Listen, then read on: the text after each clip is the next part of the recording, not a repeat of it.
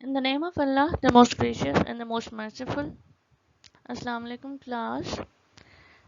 This is a new chapter, and we are starting a discussion today on requirements, requirement analysis, domain analysis, and such other topics.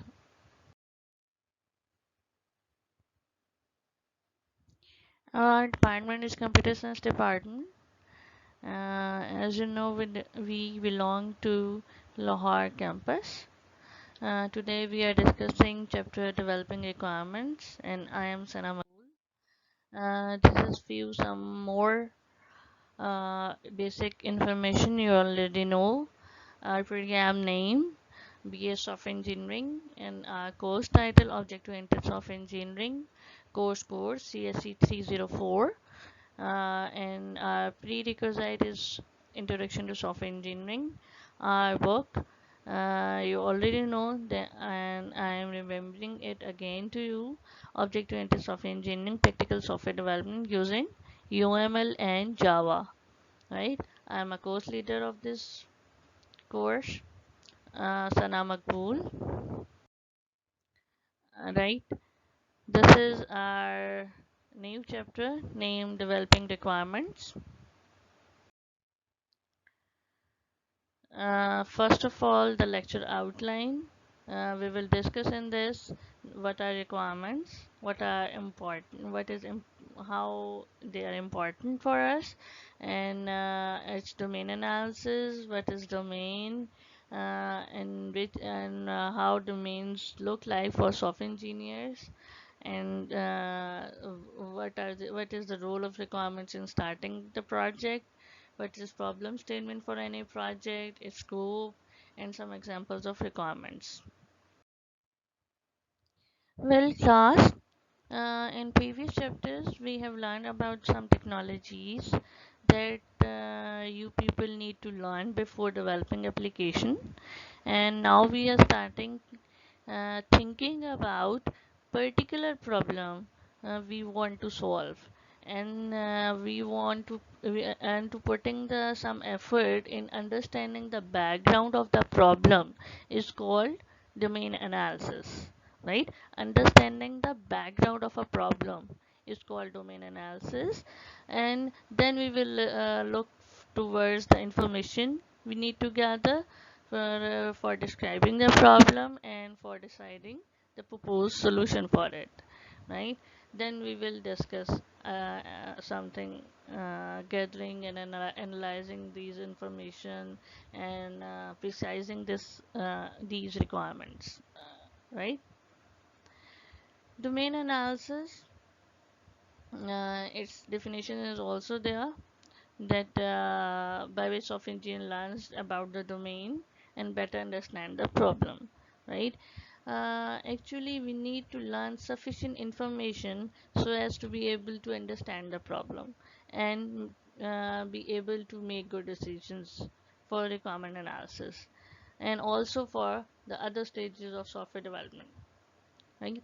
The word domain, uh, word domain means any general field of business technology, right? For which we or maybe our customer wants some software for it, right? That area, that domain of business, that domain of technology can also we will consider for requirement analysis. There are two aspects of in domains. Some domains are very broader uh, view, and some have very narrower view. Right? Broader mean like airline reservation system, medical system, financial analysis system, and some are very narrow. Right? To make a schedule for anything or any meeting, to calculate the answer of these two questions, right? Yeah, two figures, right? And some are very narrower boundary, and some are very broader one, right? And for the persons who have deep knowledge for them, for such domains, and work over such areas are called domain experts, right? Domain experts can be anyone. Software engineer can be a customer, can be an administrator, can be a team leader, can be any user. It can be anyone, right? To perform domain analysis, we need to gather some information from any source of information that is available to us. Can be any book, can be any internet, can be existing software, can be existing documentation, right? Any suggestion for our seniors, or can be a workplace of any domain, right? Anything can be a source of information for domain analysis, which we will use in our requirement analysis and writing requirement for the specific software project. Well, performing domain analysis, that doesn't mean after doing the domain analysis you will become expert of that domain. That doesn't mean. You just get enough knowledge and some information is gathered after domain analysis that will help you to develop or finding a solution for any problem, right? Develop any project, right? There are also some other benefits behind this. Faster development, of course. After doing the domain analysis, you will be able to communicate with stakeholders, with users, with customers of that project, right? More precisely and more beneficial and fruitful discussion will be done among your stakeholders and you, right? And you will be able to establish requirements more rapidly, right? You can precise and you can validate your requirements more precisely, more clearly, right? In other words, you can focus on your issues clearly, right? After doing the domain analysis, that can be from any source. That can be from workplace, from book, from internet, from other person, from customers, right? Or can be any source from which you can gather information for the project. Second thing is better system. Domain analysis helps us to find some solution and better solution of against a problem we on which we are doing our domain analysis. There may be some mistakes regarding some procedures regarding the cycle we have choose for developing or regarding standards we need to follow. There can be some mistakes, but after doing the domain analysis and work behind the background of the problem, of course we get a better system rather than doing scratch without any direction, right?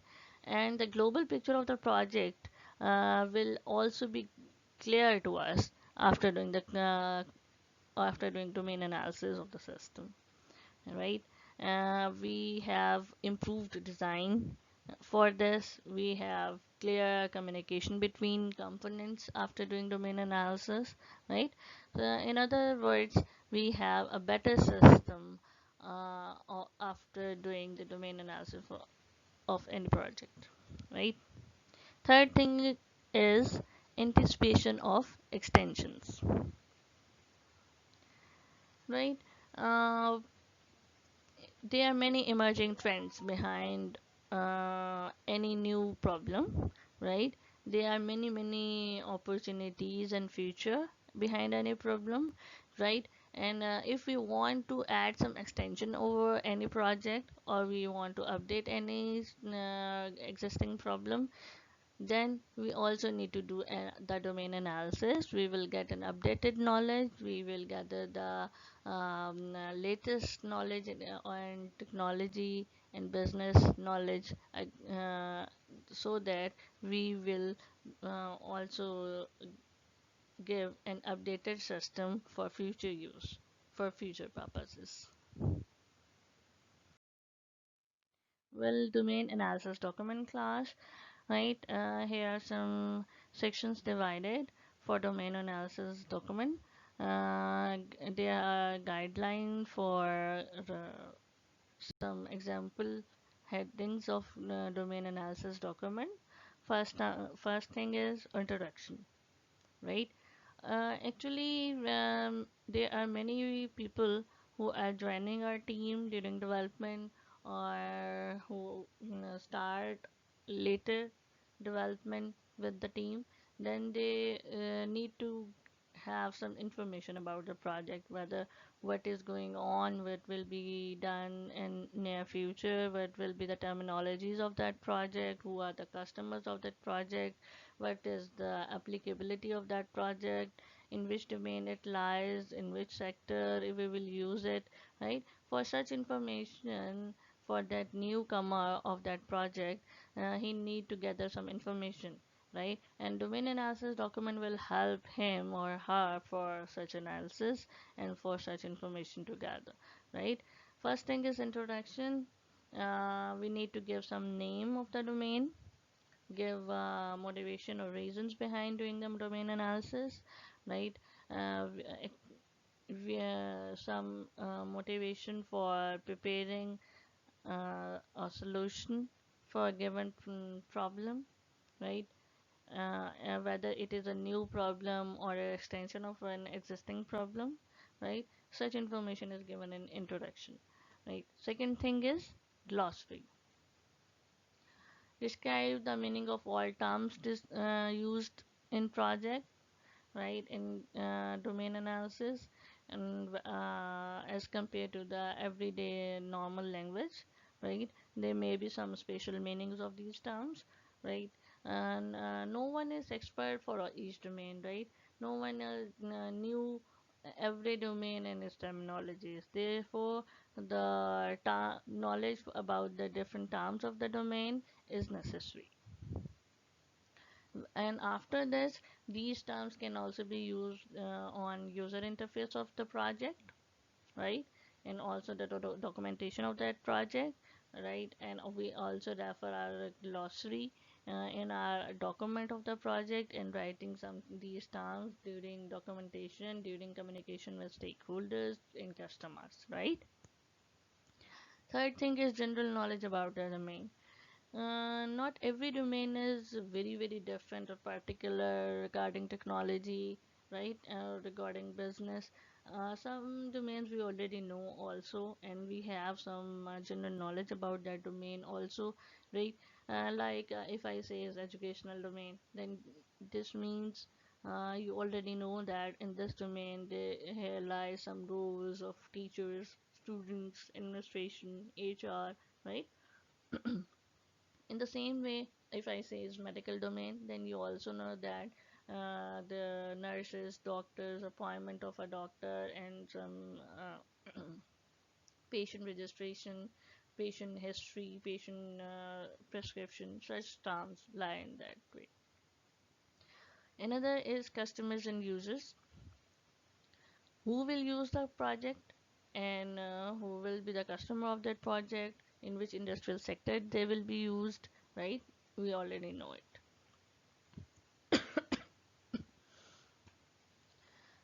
So we know the background of the persons who are using that project. We know who are they, and uh, also sometimes the organization chart of that company or the people who are using that project, right? Another thing is the environment, describing the equipment and system used, new system or extension of the system we are using, and for such context, what will be the environment and what will be the equipment for that project. F, tasks and procedures currently performed, right? So for a new customer, he doesn't know how much work is already done, and on which project or which section we are going on, right?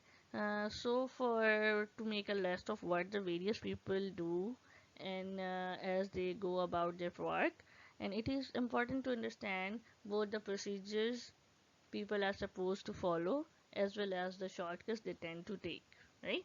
For example, people are supposed to enter certain information on a form, and some suggest information on a chat or a yellow chat for remembering some things, right? Tasks must be listed, what are already done, right? And on which we are going to work. Another thing is competing softwares, right? Describing what available list of softwares exist in the market regarding the related project, right, on which we are working. And also the existing related softwares in market are the competitors of our project, of course, right? And also the customers who are using such projects, right? We need to describe all them, and also suggest some ideas and some mistakes of to avoid some risk against the competitive softwares. Another thing is similarities across domains in organization, understanding what is generic, what is specific for that domain, right? uh, what is more widely used in market, what is reusable for this, right? Distinguish that domain from other customers organization domain, and how it is common with other domains, how it is specific from other domains. Such things also must be clear before doing work over it, right? Another thing is, in domain analysis document, we must avoid to write excessive amount of detail of any information, because it's also a waste of effort to duplicate our original source. And also we need to simplify our project uh, document so that anyone who read it can understand easily and comfortably without exhaustive work, or considering it's very exhaustive to read any document, right? Now, the starting point for software project. Here's a figure from book, right, in which we are showing that there are four different categories in which a project lies, right? When a development team starts work on a project, their starting point can be vary, right?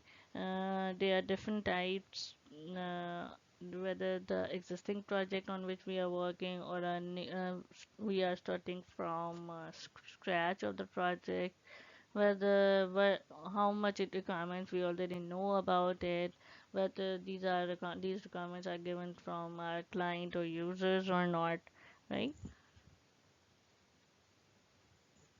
In project of type A or B, the development team starts to develop new software from scratch, right?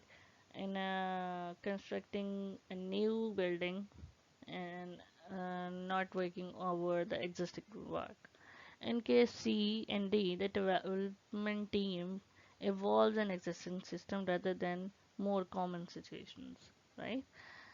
In case A and C, the development team has to determine the requirements for the software, and they either have a bright idea for something doing, they are going to create or selling to the customer, or they are asked to solve a problem and have to work over it in a best way to solve it, right? And here is a for combination, whether we already know some requirements, it's an existing project, or we are working on from scratch, but we know some requirements, or we need to evolve or explore some requirements or not, right? In the same way, in case B and D, the development team is contracted to design and implement a specific set of requirements, right? And we need to handle whether customer has not done a work over it, or work very specific, or work very poor over it, what will be the suggestion of the customer, what will be the expectation of the customer, how broader view of the custom of the project we have, or whether we have a narrower view of the project, right? uh,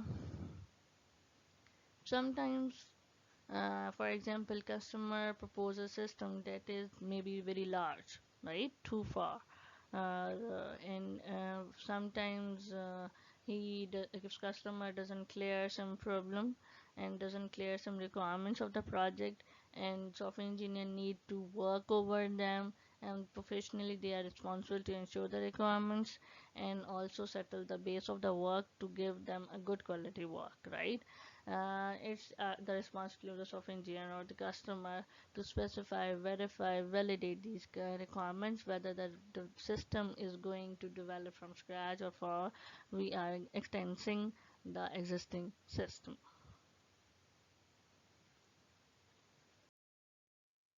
Well, class topic, defining problem and the scope. Right. Actually, once we learn how to do enough domain analysis, then we need to determine the requirements. And first step is to work on initial definition of the problem. Right? We need to define a problem and also define the scope of the project. Right? Problem can be defined as, here's some definition also, right? The difficulty the user or the customer is facing is a problem, or it can be an opportunity that results some benefit and improve the productivity of the project, and also improve the sales of the project, right? It can be anything that can also said as problem. It can be a difficulty we need to solve, or it can be an opportunity that give benefit in future, right? And the solution of the problem is the develop, developed software we give to our customer, right? And good problem statement is very short and succinct, and it must be precise, it must be clear, there is no duplication of words, there must be no ambiguity in our statement, there is no very long sentences in our problem statement, right?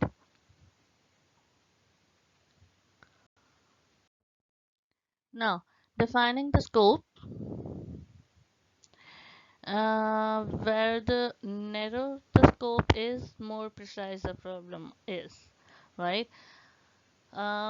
Scope must be defined, not so much narrow, no, not so much broad or high level that no one can understand, and consider the project is very large and too far to understand, right? List of things need to develop and consider in that considering system. So for defining the scope, sometimes we need to exclude some things to and define the boundary of the system, and we need to determine the high level goals of it so that we can narrow our to it, and also discuss with customers and stakeholders very precisely and very effectively if we know the defined scope of our project, existing boundary of our project, which means what will be the major components of our system, what will be the major functions of our system, what will be the major qualities and properties of a system, that must be defined already. Here is an example of industry registration system. You are saying that initial list of problem with broader scope, right, in which we have five components of the system or five major functions of the system, and then we also make it narrower one and divide the system in two or three sections, and again highlight them in different small boundaries and narrow the scope of our system. Now, what is requirement?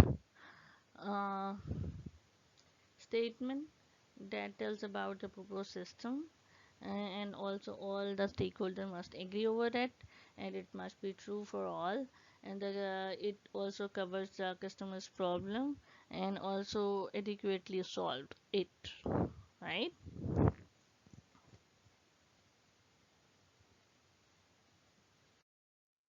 Software requirement. Here are some properties of it. We say that it must be short and should be concise. It must tell about the system. All stakeholders must agree over it that it is valid, it is right, and it is also solving the problem. And the collection of requirement is called requirement document. That requirement document, you also generate a requirement document of your project also. Now these are the lecture tasks for you. Submit a requirement document for your assigned project on which you are working in your lab, and also uh, you can also follow the FRP template given on ComSet's website for guideline.